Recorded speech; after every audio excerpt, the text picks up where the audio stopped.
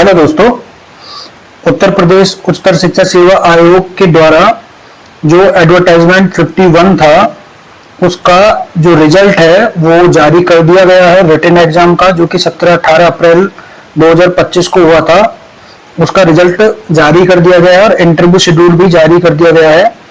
इसमें हम law subject की अगर बात करते हैं तो जो ये यूपीएचईएससी है, इसके द्वारा एग्जाम ये कराया गया था और जो लॉ सब्जेक्ट है वो इसी में होता है। इसके द्वारा मैनेजमेंट वाले जो कॉलेज होते हैं और जो एडेड कॉलेज होते हैं उनमें वैकेंसी जो है फिल की जाती है। उसके अलावा जो यूपीपीएससी होता है उसके द्वारा एग्जाम डिग्री कॉलेज के लिए कराया जाता है, जीडीसी का, गवर्नमेंट डिग्री कॉलेज का। तो इस जो जीडीसी का एग्जाम है इसमें लॉ की पोस्ट जो है वो नहीं होती है, इसमें लॉ की पोस्ट नहीं है, इसमें लॉ की पोस्ट होती हैं। तो ये एडवर्टाइजमेंट 51 इसकी हमने जो है इसके बारे में मतलब चर्चा करेंगे कि इसका सिलेबस क्या है और इस बार जो इसका रिजल्ट आया है 2022 एग्जाम का, इसका एग्जाम 2022 का 3 साल बाद हुआ है 2025 में। इसके लिए कट ऑफ क्या गई है, लॉ सब्जेक्ट के लिए सिलेबस क्या है और उसका क्वेश्चन पेपर किस तरह से आता है, इसके बारे में बात करेंगे। तो ये जो इसका जो पेपर होता है वो 100 क्वेश्चन का होता है और उस 100 क्वेश्चन में से 2 पार्ट में ये डिवाइड होता है, 30 क्वेश्चन और 70 क्वेश्चन। तो जो 30 क्वेश्चन होते हैं वो होते हैं जीके पार्ट के और जो 70 क्वेश्चन होते हैं वो होते हैं लॉ पार्ट के। तो इसमें क्या है कि जो 30 क्वेश्चन होते हैं उसका सिलेबस वहां पे दिया हुआ है। इसमें कौन कौन से सब्जेक्ट हैं या कौन कौन सी यूनिट है, इसमें 5-6 यूनिट होती हैं एक्चुअली। तो 6 यूनिट होती हैं, तो पर यूनिट से 5 क्वेश्चन का जो है वो रहता है इसमें मार्जिन। पर ऐसा जरूरी भी नहीं है कि हर यूनिट से 5 क्वेश्चन ही आएंगे, किसी यूनिट से 6 क्वेश्चन भी आ जाते हैं, किसी यूनिट से 2 ही क्वेश्चन रह जाते हैं। तो ऐसा इनका कोई इक्वल बैलेंस नहीं है। तो इसमें जो पेपर है पार्ट 1 है उसका सिलेबस है कि इसमें एक तो करंट अफेयर जो है उससे रिलेटेड मुद्दे रहते हैं, उसमें करंट अफेयर्स में भी हम देख सकते हैं। तो मैं यूनिट बाय यूनिट इसको बताता जाऊंगा क्योंकि बाकी बहुत डिटेल में हो जाएगा, क्वेश्चन पेपर का टॉप बहुत लंबी वीडियो हो जाएगी। तो इसमें जो यूनिट है कि एक करंट अफेयर्स की यूनिट है, उसके बाद में एक है जो टीचिंग और रिसर्च एप्टीट्यूड जो होता है उसकी यूनिट है, टीचिंग एंड रिसर्च एप्टीट्यूड। उसके बाद में एक आईसीटी की है जिसमें इंफॉर्मेशन एंड कम्युनिकेशन टेक्नोलॉजी वाली है, एक ह्यूमन एंड एनवायरनमेंट से रिलेटेड है और उसके बाद में जो इंडियन हिस्ट्री और ज्योग्राफी है। तो इसमें ये थोड़ा सा पार्ट जो है वो इंडियन हिस्ट्री का है जिसमें भारतीय संस्कृति, इंडियन कल्चर से रिलेटेड या फिर नेशनल मूवमेंट से रिलेटेड ये होते हैं क्वेश्चन इसमें, जो 1857 से 1950 का है। बाकी वैसे ऐसे क्वेश्चन ऐसा फिक्स नहीं है, इसमें एंशिएंट हिस्ट्री से भी एक तो क्वेश्चन पूछ लिए गए हैं।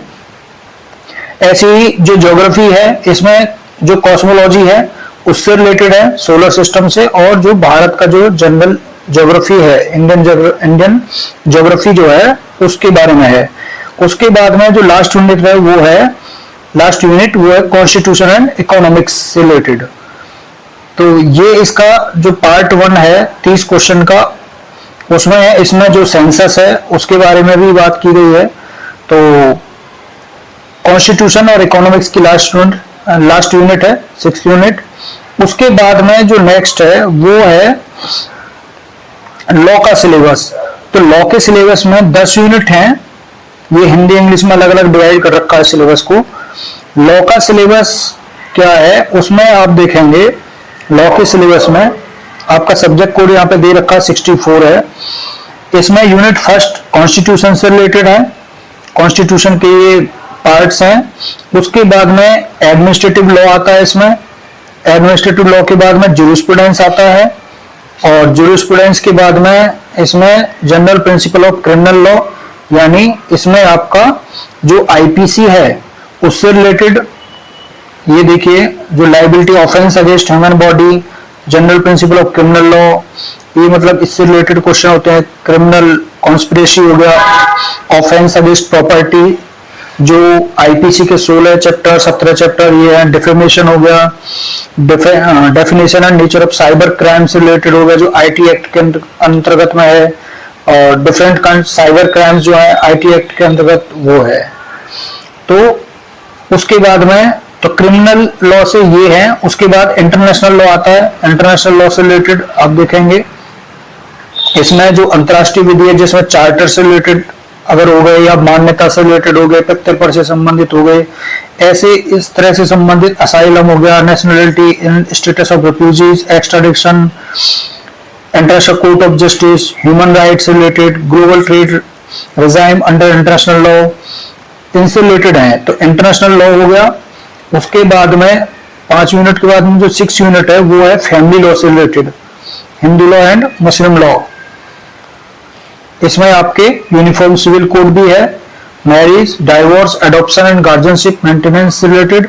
उसके बाद यूनिट 6 जो है वो टॉर्ट से रिलेटेड है, और यूनिट जो 7 के बाद में यूनिट 8 है वो कॉन्ट्रैक्ट लॉ से है। अब कॉन्ट्रैक्ट लॉ में कौन कौन से एक्ट हैं ये भी है। इसमें फ्रस्ट्रेशन ऑफ कॉन्ट्रैक्ट है। कॉन्ट्रैक्ट लॉ के जो टॉपिक है वो कौन कौन से हैं, essential of a valid contract, ये ऑफर, एक्सेप्टेंस एंड कंसिडरेशन। मतलब इसमें टॉपिक दे रखे हैं कि स्पेसिफाइड कि आपको यही टॉपिक पढ़ के जाना है, पूरा कॉन्ट्रैक्ट लॉ या पूरा टॉट नहीं पढ़ना है, बस इन्हीं टॉपिक से ही क्वेश्चन पूछे जाएंगे। उसके बाद जो 9th यूनिट है वो है लोक अदालत से संबंधित।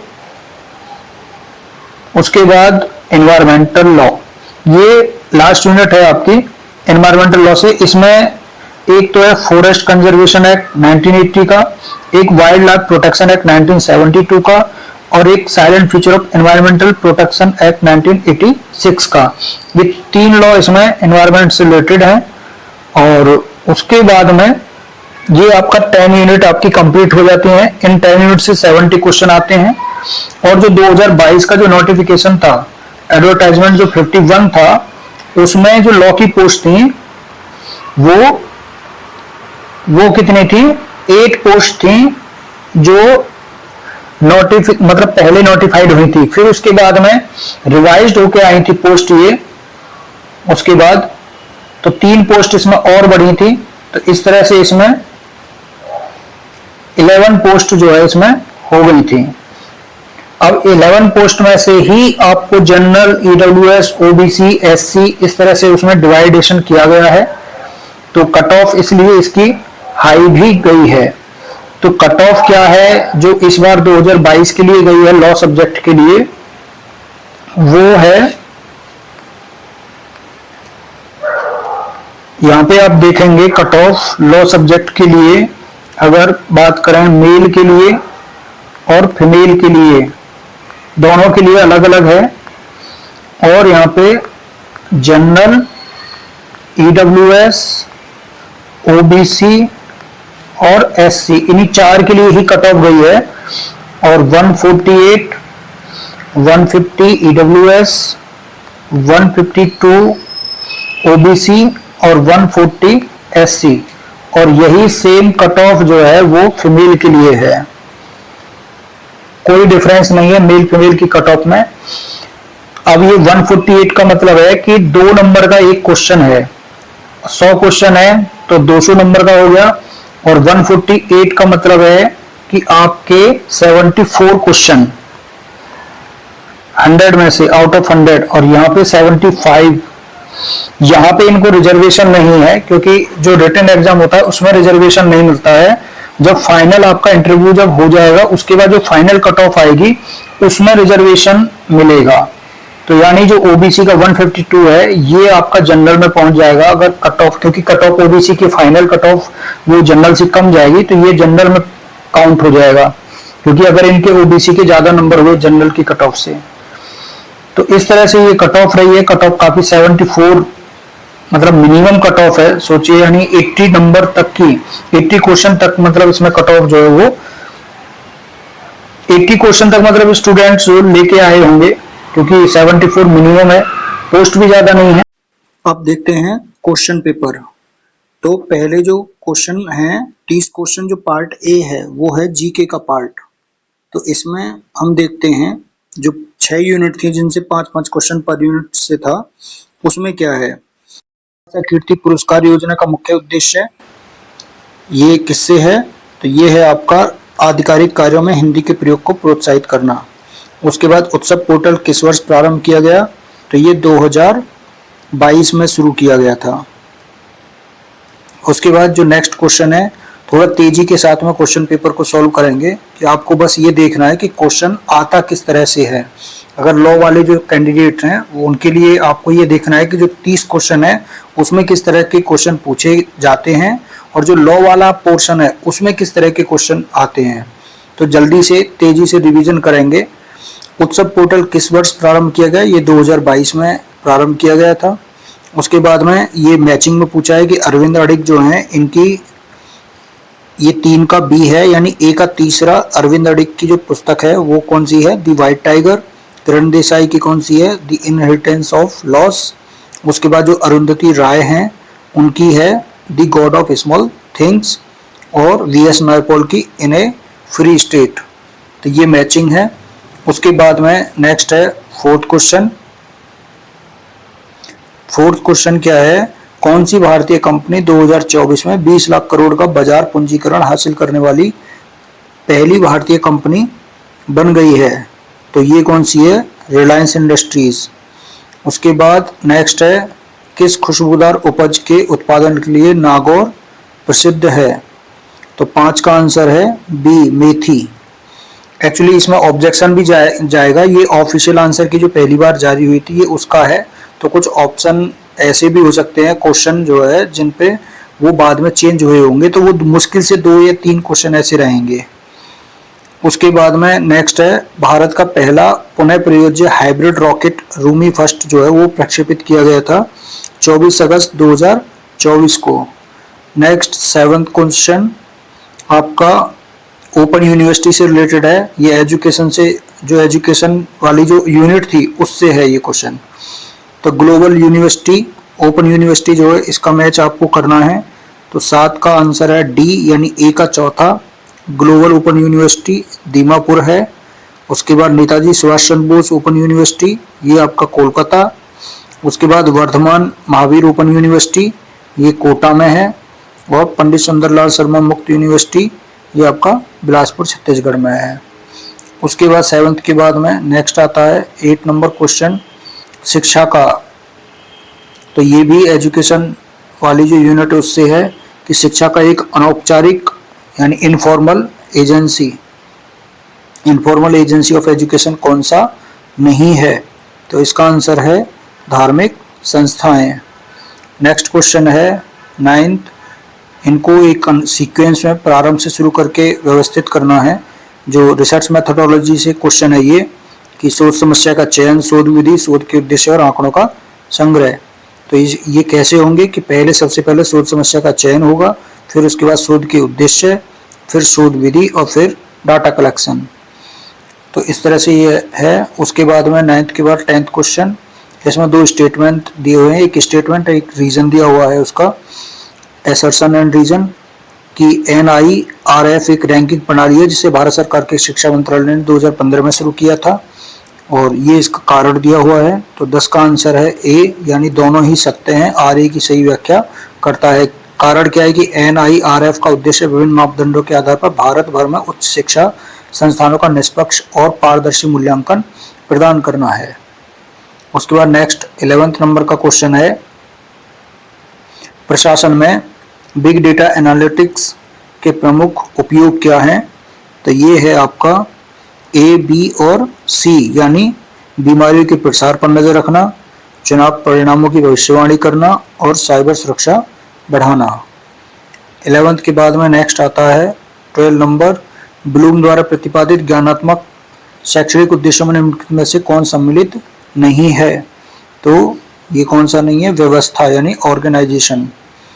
उसके बाद में 12 के बाद नेक्स्ट आता है 13 की ICT जो सिस्टम है उसका कौन सा घटक नहीं है? तो ICT का कौन सा नहीं है? बायोमेट्रिक सेंसर, ये ICT का नहीं है। ICT मतलब इंफॉर्मेशन एंड कम्युनिकेशन टेक्नोलॉजी। उसके बाद में कंप्यूटर की मेमोरी जो उसके निर्माण के समय प्रोग्राम की जाती है, तो वो है रोम।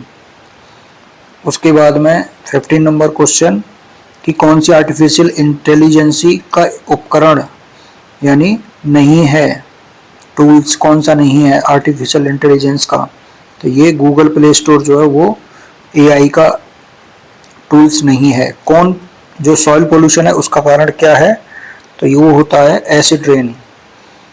उसके बाद में नेक्स्ट है 17 लिम्बिक जो सिस्टम है तंत्र वो किस चीज का भाग है, लिम्बिक तंत्र वो है आपका नर्वस सिस्टम का। उसके बाद में 80 नंबर क्वेश्चन है कौन भारत में 31 दिसंबर 2024 तक रामसर स्थल है, तो 18 का आपका है सी यानी चारों ही आपके 31 दिसंबर 2024 तक रामसर स्थल थे। उसके बाद में नेक्स्ट क्वेश्चन है 19 कि बैरन द्वीप जो है वो कहाँ पर है, तो वो अंडमान में है। उसके बाद में आणविक ऊर्जा संस्थान यानी एटॉमिक एनर्जी इंस्टीट्यूट ट्राम्बे उसकी स्थापना कब हुई थी, तो इसकी स्थापना 1954 में हुई थी। उसके बाद नेक्स्ट क्वेश्चन आता है 21 कि इनको मिलाना है कि जो आर्द्रभूमि स्थल है उनको किस राज्य से कौन सा मैचिंग है और कौन से मैचिंग मतलब सही हैं ये बताना है इनमें से। तो 31 का आंसर है बी यानी 1 और 4 सही हैं, साक्य सागर मध्य प्रदेश में और सुर सरोवर उत्तर प्रदेश में, ये दोनों मैचिंग हैं। उसके बाद में 22 नंबर क्वेश्चन है किस अभिलेख में कालिदास एवं भारवी दोनों का नाम उनके नामों से उल्लेख मिलता है, किस अभिलेख में कालिदास एवं भारवी दोनों का उनके नामों से उल्लेख मिलता है, तो 22 का है बी ऐहोल प्रशस्ति अभिलेख जो है। दक्षिण अफ्रीका में जुलू विद्रोह के समय गांधी जी को अंग्रेजों की सेना में कौन सी पदवी दी गई थी, तो 23 का सी सर्जेंट मेजर। उसके बाद में नेक्स्ट है बाबरनामा किस भाषा में लिखी गई थी, तो बाबरनामा किस भाषा में थी, तुर्की भाषा में। उसके बाद 24 के बाद नेक्स्ट है 25 नंबर जनहित याचिका जो PIL है उसकी अवधारणा की उत्पत्ति कहाँ से हुई थी, तो वो USA से हुई थी। संविधान सभा का जो पहला अधिवेशन सत्र था वो कब आयोजित किया गया था, तो वो 9 दिसंबर 1946 को हुआ था जिसमें अस्थायी अध्यक्ष सच्चिदानंद सिन्हा को चुना गया था।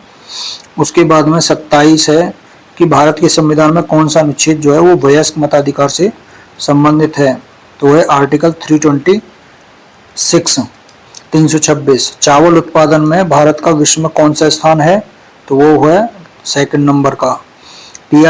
PLI स्कीम किस एक क्षेत्र से संबंधित नहीं है, तो 29 का है डी उपरोक्त में से कोई नहीं।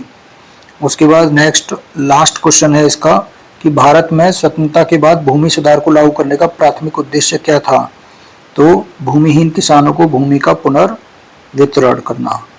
तो इस तरह से 30 क्वेश्चन जो है वो पार्ट ए के खत्म होते हैं। अब आता है लॉ वाला पोर्शन जो 70 क्वेश्चन है लॉ के, जो 10 यूनिट से क्वेश्चन है।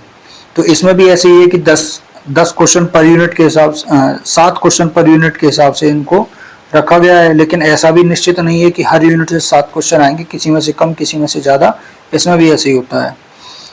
तो ये कॉन्स्टिट्यूशन ज्यूरिस्प्रूडेंस का क्वेश्चन कि संविधान की विशेषताओं पर टिप्पणी करते हुए कौन संवैधानिक इतिहासकार ने कहा है कि भारतीय संविधान एक कॉन्स्टिट्यूशन का क्वेश्चन है कि किसने कहा है कि भारतीय संविधान मूलतः एक सामाजिक दस्तावेज है, तो ये किसने कहा है, ग्रैनविल ऑस्टिन ने। उसके बाद में नेक्स्ट क्वेश्चन है कि राष्ट्रपति जो है वो हाई कोर्ट में जो एडिशनल और एग्जीक्यूटिव जो जज होते हैं उनकी नियुक्ति कितने टाइम के लिए करता है, तो वो 2 वर्ष से अधिक नहीं होते। उसके बाद नेक्स्ट क्वेश्चन है कौन सही सुमेलित नहीं है, तो इसको बताना है 33 को। 33 का आंसर कौन सा है, भावी अधिनिर्णय का जो सिद्धांत था वो मेनका गांधी बना भारत संघ के बाद में नहीं दिया गया था बल्कि गोलकनाथ वाले केस में दिया गया था, तो ये सही सुमेलित नहीं है। उसके बाद नेक्स्ट क्वेश्चन है 34, ये कौन सा मूलाधिकार आपात उद्घोषणा की अवधि में स्थगित नहीं किया जा सकता है, तो ये कौन कौन से हैं, तो ये हैं दोनों ही, फर्स्ट और सेकंड। ये आर्टिकल 359 वो कहता है 358। उसके बाद में 35 नंबर क्वेश्चन, संविधान के प्रारंभ पर जो अनुसूची कितनी थी, तो वो 8 अनुसूची थी संविधान के प्रारंभ पर। उसके बाद में नेक्स्ट है कि आर्टिकल 21A जो है वो शिक्षा का अधिकार जो किस संशोधन के द्वारा सम्मिलित किया गया था संविधान में, तो वह है 86वां संविधान संशोधन। उसके बाद में नेक्स्ट क्वेश्चन है आपका 37 नंबर क्वेश्चन, कॉलेजियम सिस्टम में ग्लासनोस्ट एवं पेरेस्ट्रोइका की आवश्यकता जैसा सुधार किए जाने की जरूरत है। यह टिप्पणी जो है वो राष्ट्रीय न्यायिक नियुक्ति आयोग के मामले का निश्चय करते हुए सुप्रीम कोर्ट की संवैधानिक पीठ के किस न्यायाधीश द्वारा की गई थी, तो ये की गई थी न्यायमूर्ति कुरियन जोसेफ के द्वारा। नेक्स्ट है भारत के सुप्रीम कोर्ट को अपने द्वारा सुनाए गए निर्णय या दिए गए आदेश के पुनरावलोकन यानी रिव्यू करने की शक्ति जो है, पावर जो है वो कहाँ पर है, वो है आर्टिकल 137 में। लोकपाल या लोकायुक्त की शक्तियां क्या हैं, तो ये शक्तियां हैं प्रशासनिक कृत्यों से संबंधित क्रियाओं का अन्वेषण करना। उसके बाद नेक्स्ट क्वेश्चन 40 नंबर क्वेश्चन है आपका कि विधि का शासन जो है, रूल ऑफ लॉ सिद्धांत किसने प्रतिपादित किया था, तो ये था आपका प्रोफेसर डाइसी, एवी डाइसी। उसके बाद एक कृपक बनाम भारत संघ, ये एडमिनिस्ट्रेटिव लॉ से है के मामले में सुप्रीम कोर्ट ने न्याय के सिद्धांत जो प्रतिपादित किया था एक कृपक वाले मामले में, तो वो क्या था, क्या कहता है कि विधि का सिद्धांत 41 वाला जो क्वेश्चन का आंसर है वो नैसर्गिक न्याय का सिद्धांत प्रशासनिक कार्यवाही पर लागू होता है, ये इस मामले में कहा गया था। उसके बाद 42 नंबर क्वेश्चन है लोकपाल एवं लोकायुक्त अधिनियम 2013 वो कब जो है प्रभावी हुआ था, एनफोर्स हुआ था, तो ये हुआ था 16 जनवरी 2014 को। नेक्स्ट क्वेश्चन है प्रशासनिक विधि सरकारी शक्ति के नियंत्रण से संबंधित विधि है, ये बात किसने कही थी, तो ये कही थी वेड ने। उसके बाद 44 क्वेश्चन, नेक्स्ट है 44, कौन सा मैचिंग सही नहीं है, ये इसमें पूछा है, तो 44 का सी, परमादेश रेट लोक प्राधिकारी के विरुद्ध जारी किया जाता है, ये गलत, ये जो है ये सही है, मतलब कौन सा युग्म सही सुमेलित है, तो लोक प्राधिकारी ये कर्तव्य के लिए किसी लोक प्राधिकारी के विरुद्ध जारी की जाती है कि वह अपने कर्तव्य का पालन करे। उसके बाद में 44 के बाद में 45 क्वेश्चन है कि किस विधि शास्त्री को अंग्रेजी विधि शास्त्र का पिता कहा जाता है, यानी फादर ऑफ इंग्लिश जूरिस्प्रूडेंस किसे कहा जाता है, तो वे हैं ऑस्टिन। उसके बाद में नेक्स्ट है विधि का विकास एक क्रमिक एवं जैविक क्रिया है, ये बात किसने कही है, तो ये बात कही है एडमंड बर्क ने। उसके बाद नेक्स्ट है 47 number question, law and modern mind, ये बुक है लॉ एंड मॉडर्न माइंड, ये किसने लिखी है, जेरोम फ्रैंक ने, ये नाम थोड़ा सा गलत लिखा है हिंदी में, जेरोम फ्रैंक ने। 47 के बाद में नेक्स्ट क्वेश्चन है 48, किस जूरिस्ट ने विधि शास्त्र को दी scientific synthesis of the essential principle of law के रूप में परिभाषित किया है, 48 का है प्रोफेसर एलन ने। उसके बाद नेक्स्ट है स्वामित्व किसी चीज पर संपूर्ण नियंत्रण है, ये स्वामित्व की परिभाषा किसके द्वारा दी गई है, तो ये है हॉलैंड के द्वारा। उसके बाद नेक्स्ट है 50 नंबर क्वेश्चन, कौन सा मैचिंग सही नहीं है, तो इसमें 50 नंबर में बताना है, 50 नंबर के आंसर है साइंस ऑफ सोशियोलॉजी पुष्टा, बाकी इसके सारे सही हैं। नेक्स्ट 51, बाह्य नैतिकता आकांक्षा की नैतिकता है, ये किसने कहा है, तो ये कहा है आपका HLA हार्ट ने। उसके बाद नेक्स्ट क्वेश्चन 52, कौन सा कॉर्पोरेट व्यक्तित्व का सिद्धांत नहीं है, 52 इसका है इच्छा का सिद्धांत, ये हित सिद्धांत से संबंधित है, इच्छा सिद्धांत, बाकी ये कॉर्पोरेट व्यक्तित्व के सिद्धांत हैं, ब्रैकेट यथार्थवादी और फिक्शन। कौन सा वाद दुराशय से संबंधित नहीं है, तो वारेंद्र कुमार घोष बनाम एम्परर का वाद जो है, जो कि कॉमन इंटेंशन से रिलेटेड है, बाकी आर बनाम टॉलसन, सिराज बनाम रिटजन और आर बनाम प्रिंस ये मेंस रिया से रिलेटेड हैं। उसके बाद 54 नंबर क्वेश्चन की जो गुड फेथ है आईपीसी में वो किस सेक्शन में डिफाइन है, तो 54 कहाँ पे है, 52 में। सॉरी गुड फेथ जो है वो कहाँ पे है, 52 सेक्शन में। उसके बाद नेक्स्ट क्वेश्चन है कि ए या को राजमार्ग पर मिलता है, एक पिस्टल दिखाता है, ए का पर्स मांगता है, परिणाम स्वरूप ये अपना पर्स दे देता है, तो ए ने कौन सा अपराध किया है, लूट का। उसके बाद में 56 नंबर क्वेश्चन है कि किस केस में सुप्रीम कोर्ट ने आईपीसी की धारा 303 को असंवैधानिक करार किया है, तो ये कौन सा है, मिट्टू सिंह बनाम पंजाब राज्य। उसके बाद नेक्स्ट क्वेश्चन है आपका 57 कि कौन सा आईटी एक्ट 2000 का अध्याय अपराधों का वर्णन ऑफेंस के बारे में बताता है, कौन सा चैप्टर है जिसे साइबर अपराध भी कहा जाता है, तो ये है आपका अध्याय 11। उसके बाद नेक्स्ट है अपराध की सही जो अवस्था है वो क्या है, तो सबसे पहले इसमें आशय, फिर तैयारी, फिर प्रयत्न और फिर जो कार्य है उसकी पूर्णता। 58 के बाद में नेक्स्ट क्वेश्चन है 59, कोई पति अलग रह रही या पृथकता के डिग्री या अन्यथा रूप से अलग रह रही अपनी पत्नी के साथ उसकी सहमति के बिना सेक्सुअल रिलेशन बनाता है, तो वह आईपीसी की किस धारा में दंडित किया जाएगा, तो यह 376 ए। उसके बाद में किसने मान्यता के घोषणात्मक सिद्धांत का समर्थन नहीं किया, तो ये आपका 60 का ए, ऑस्टिन ने।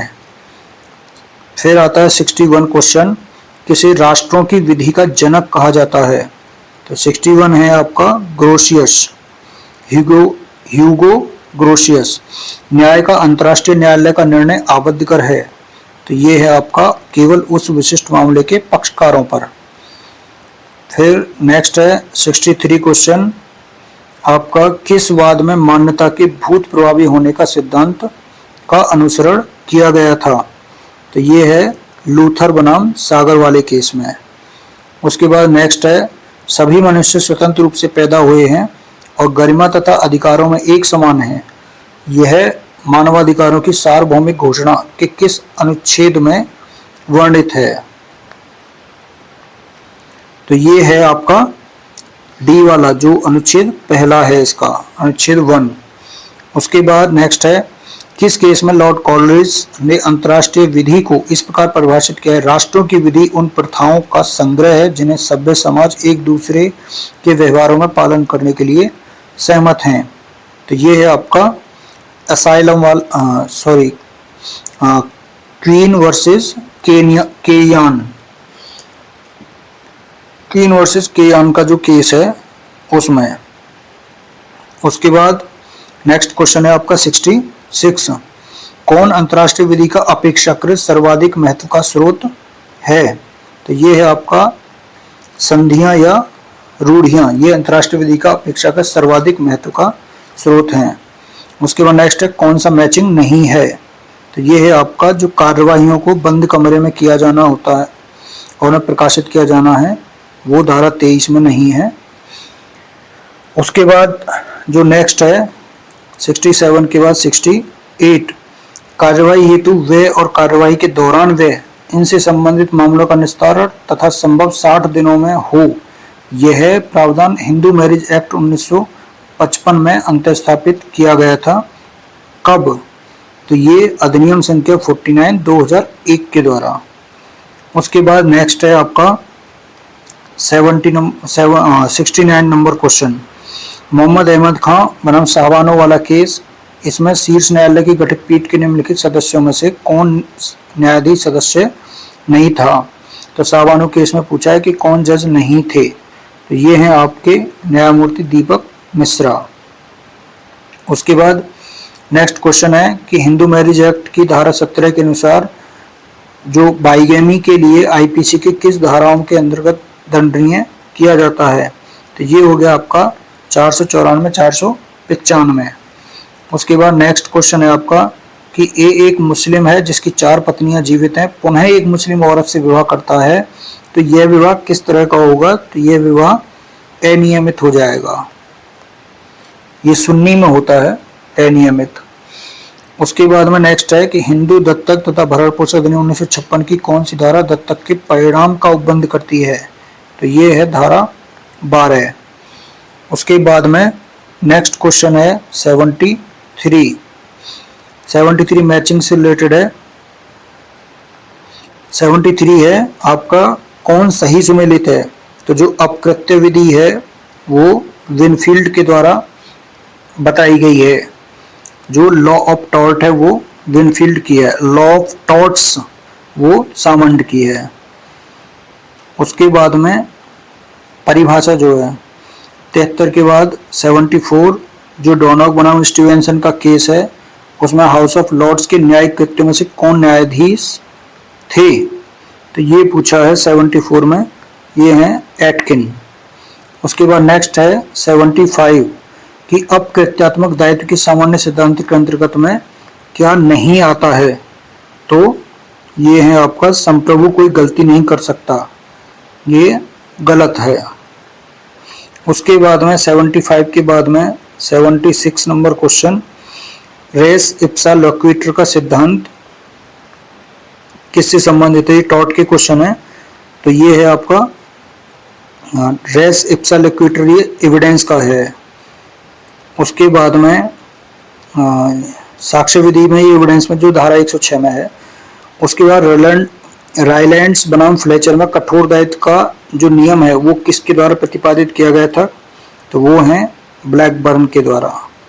77 के बाद में 78 नंबर क्वेश्चन कि पूर्ण दायित्व के सिद्धांत का जो प्रतिपादन है वो भारत के सुप्रीम कोर्ट के किस मुख्य न्यायाधीश के द्वारा निर्देशक वाद MC मेहता बनाम भारत संघ के मामले में दिया गया था।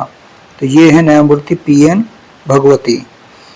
उसके बाद 79 नंबर क्वेश्चन आपका जो मैचिंग है टॉर्ट का, इसमें पूछा है 79 में मैचिंग। तो A का तीसरा है, यानी जो बोरहिल बनाम यंग का केस है वो असावधानी से है। उसके बाद में जो सर्जेंस बनाम बिडमैन का केस है वो उपताप से है। उसके बाद में जो नेक्स्ट है ग्लॉसेस्टर बनाम ग्रामर स्कूल, ये आपका डेमनम साइन इंजूरिया से रिलेटेड है। उसके बाद ये नेक्स्ट केस जो है वो मानहानि से है। तो 79। उसके बाद में नेक्स्ट क्वेश्चन है 80 कि कौन सा वाद सामान्य प्रस्ताव का चलत प्रकृति का उदाहरण है। ये आपका कॉन्ट्रैक्ट का क्वेश्चन आ गया 80 नंबर। इसका कौन सा है, कार्लिल बनाम कार्बोलिक स्मोक बॉल कंपनी। उसके बाद नेक्स्ट है 81 क्वेश्चन कि किस वाद में किस परिस्थिति में असंभवता का सिद्धांत लागू नहीं होता। धारा 56 कॉन्ट्रैक्ट एक्ट क्या पूछा है। तो 81 में ये है आपका कुछ व्यावसायिक कठिनाइयां जो हैं, ये अपवाद है इसका असंभवता के सिद्धांत का, व्यावसायिक कठिनाइयां। 82 कौन संविदा के लिए आवश्यक नहीं है। तो कौन नहीं है, पर्याप्त प्रतिफल। उसके बाद 83 नंबर क्वेश्चन है डाक द्वारा भेजी गई स्वीकृति का। तो डाक द्वारा भेजी गई स्वीकृति का प्रस्तावक की जानकारी में आने के पहले प्रतिसंहरण हो सकता है। उसके बाद में 84 नंबर क्वेश्चन, संविदा विधि की कौन सी धारा इसका समर्थन करती है कि एक प्रस्थापना की प्रतिग्रहण की संसूचना संविदा गठित करने के लिए आवश्यक नहीं है। तो ये है आपका धारा 8। उसके बाद नेक्स्ट है आपका 85 नंबर क्वेश्चन, किसने पंद्यम की यह परिभाषा दी कि यह एक ऐसा वचन है जिसके द्वारा एक अनिश्चित घटना के घटित होने पर कुछ धन या धन के स्थान पर कुछ वस्तुएं देने का करार किया जाता है। तो ये है आपका सर विलियम एंसन ने, इनके द्वारा दी गई थी, जो धारा 30 कॉन्ट्रैक्ट में पंद्यम की परिभाषा है। उसके बाद में नेक्स्ट है जहां की किसी करार के दोनों पक्षकार ऐसे तथ्य की बात के बारे में जो करार के लिए मर्मभूत है भूल में हो तो वह करार। तो ये आपका 86 का हो जाएगा, शून्य है, धारा 55 कॉन्ट्रैक्ट में से उससे है। उसके बाद में नेक्स्ट है आपका 87 विधिक सेवा प्राधिकरण अधिनियम 1987 की निम्नलिखित में से कौन सी धारा में प्रावधान है कि लोक अदालत द्वारा दिया गया प्रत्येक पंचाट वाद के सभी पक्षकारों पर अंतिम और बाध्यकारी होगा। यह है विधिक सेवा प्राधिकरण अधिनियम 1987, इससे क्वेश्चन आया है ये 87 का, इसकी धारा 21(2) है ये। उसके बाद में नेक्स्ट है आपका 88 नंबर क्वेश्चन, लोक अदालत को वैधानिक स्थिति प्रदान की गई है, ये विधिक सेवा प्राधिकरण अधिनियम 1987 द्वारा। उसके बाद नेक्स्ट है लोक अदालत और स्थायी लोक अदालत, इनकी शक्तियां जो है वो विधिक सेवा प्राधिकारी अधिनियम 1987 की किस धारा में है? तो ये है धारा 22 में। उसके बाद में नेक्स्ट है आपका 90 number question, legal service authority act 1987, यहाँ पे इंग्लिश में नाम दे दिया इसका। इसमें निम्नलिखित धाराएं लोक अदालत से संबंधित है, इसमें से जो सही सुमेलित नहीं है उसको चुनना है। तो 90 का कौन सा सही सुमेलित नहीं है? लोक अदालत का संगठन धारा 18 है, ये सही सुमेलित नहीं है। उसके बाद 91 नंबर क्वेश्चन है, विधिक सेवा प्राधिकरण अधिनियम 1987 के प्रावधानों के तहत कौन सा विधिक सेवा समिति लोक अदालत आयोजित नहीं कर सकेगी? तो इसमें कौन सा है? ग्राम विधिक सेवा समिति। नेक्स्ट 92 नंबर क्वेश्चन कि निम्नलिखित में से विधि का कौन सा प्रावधान लोक अदालत के द्वारा न्यायिक समझौते को प्रतिष्ठापित करता है? तो 92 का आंसर हो जाएगा सीपीसी 1908 की धारा 89 जो एडीआर से रिलेटेड है। उसके बाद में भारत के किस राज्य में प्रथम लोक अदालत प्रारंभ किया गया था? तो ये है गुजरात, इसमें प्रथम लोक अदालत प्रारंभ किया गया। 93 के बाद में 94, लोक अदालत की सभी कार्रवाइयां न्यायिक कार्रवाइयां होंगी, ये निम्नलिखित में से किसके अर्थ में है? तो ये है आपका धारा 193, 219 और 228 आईपीसी का। उसके बाद में नेक्स्ट है आपका केंद्रीय सरकार वन संरक्षण अधिनियम 1980 के अंतर्गत सलाहकारी समिति का गठन निम्नलिखित में से किस धारा में है? तो ये है आपका धारा 3। उसके बाद नेक्स्ट है कि किस केस में सुप्रीम कोर्ट ने कहा कि वन शब्द वन ही नहीं बल्कि वन की जमीन को भी अपने अंदर समाहित करता है, तथा यह भी कहा कि वन अब एक अनिर्णीत विषय नहीं रह गया है, इसलिए इसके अंदर सूखी फसल भूमि भी आती है। तो ये किस केस में कहा गया था? टी.एन. गोदावर्मन थिरुमुल्कपाद बनाम भारत संघ के केस में। उसके बाद में जो नेक्स्ट है आपका 97 नंबर क्वेश्चन, पर्यावरण संरक्षण अधिनियम 1986, इसके उद्देश्य क्या हैं? तो 97 का आंसर है सी, यानी तीनों ही, पर्यावरण की सुरक्षा करना, पर्यावरण का सुधार करना, मानव के लिए खतरनाक चीजों से रक्षा उपाय करना। उसके बाद नेक्स्ट है वन्य जीव संरक्षण अधिनियम 1972, निम्नलिखित में से किस एक का प्रावधान नहीं करता है? तो 98 का ए पब्लिक पार्क का। उसके बाद में नेक्स्ट है आपका 99 नंबर क्वेश्चन कि जो सेंटर में पर्यावरण विभाग स्थापित कब हुआ था? तो ये हुआ था आपका 1 नवंबर 1980 को। उसके बाद लास्ट क्वेश्चन है संविधान की 7वीं अनुसूची के राज्य की विषय सूची में वन जो हैं उनको संवर्ती सूची में किस संशोधन के द्वारा ट्रांसफर किया गया था? तो ये 42वां संविधान संशोधन अधिनियम से ट्रांसफर हुआ था। तो आपने ये देखा कि जो एडवर्टाइजमेंट 51 था उसका जो पेपर है वो किस तरीके से आया है, किस तरह के क्वेश्चन आते हैं। अब जो नोटिफिकेशन आने वाला है वो है एडवर्टाइजमेंट 52 का, जो कि अक्टूबर में आने की संभावना है। तो आप इस तरह से पेपर को देख के अपनी तैयारी कर सकते हैं और चैनल को सब्सक्राइब कर लीजिए। आपको लॉ से रिलेटेड कोई भी पेपर, क्वेश्चन पेपर हो गया या कोई भी एक्ट हो गया, उससे रिलेटेड आपको वीडियो मिलेंगी। तो आज के लिए इतना ही, धन्यवाद।